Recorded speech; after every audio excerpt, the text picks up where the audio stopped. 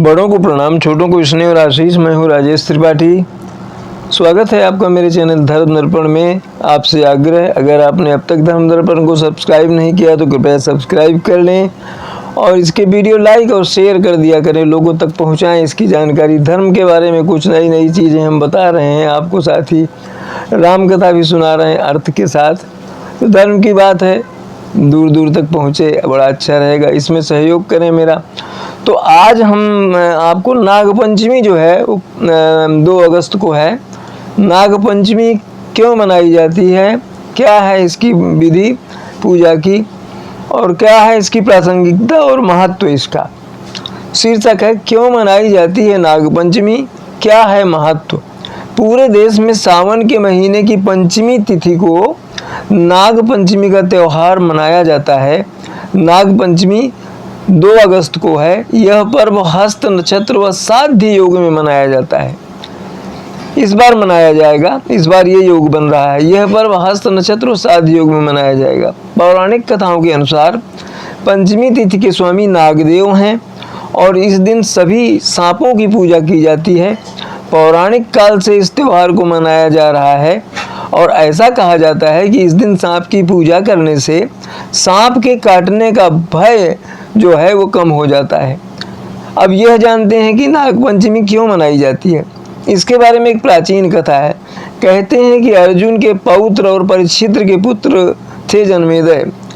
उनके पिता राजा परीक्षित की मृत्यु सांप के काटने से हुई थी।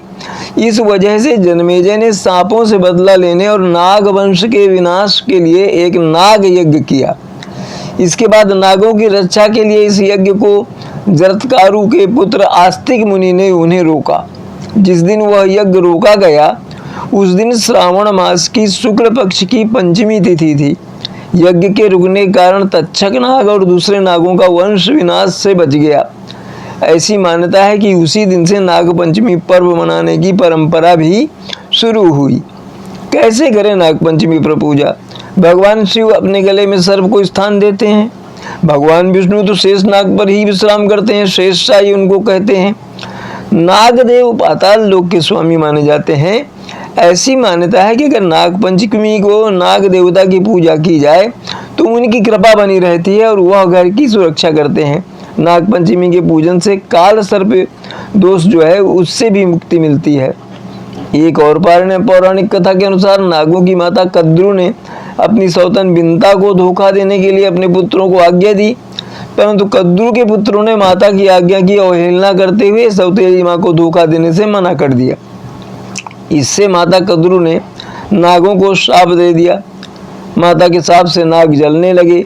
यह दिन सावन मास के शुक्ल पक्ष की पंचमी तिथि थी। नाग भागते हुए ब्रह्मा जी के पास गए, तब ब्रह्मा जी ने श्रावण मास की शुक्ल पंचमी को ही नागों को वरदान दिया कि तपस्वी जरत्कारु नाम के ऋषि का पुत्र आस्तिक नागों की रक्षा करेगा।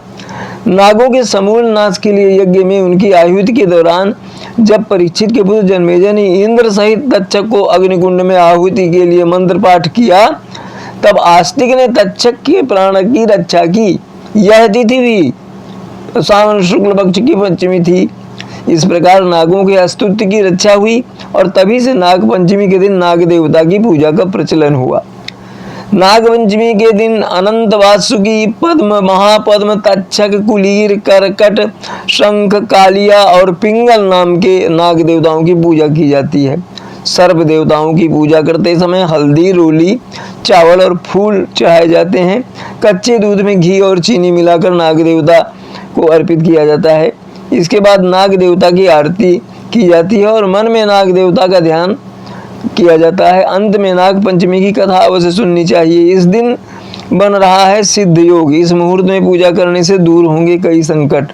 इस दिन नाग देवता की पूजा की जाती है। ऐसा माना जाता है कि नाग देवता की पूजा करने से, उन्हें दूध चढ़ाने से जीवन समृद्ध होता है।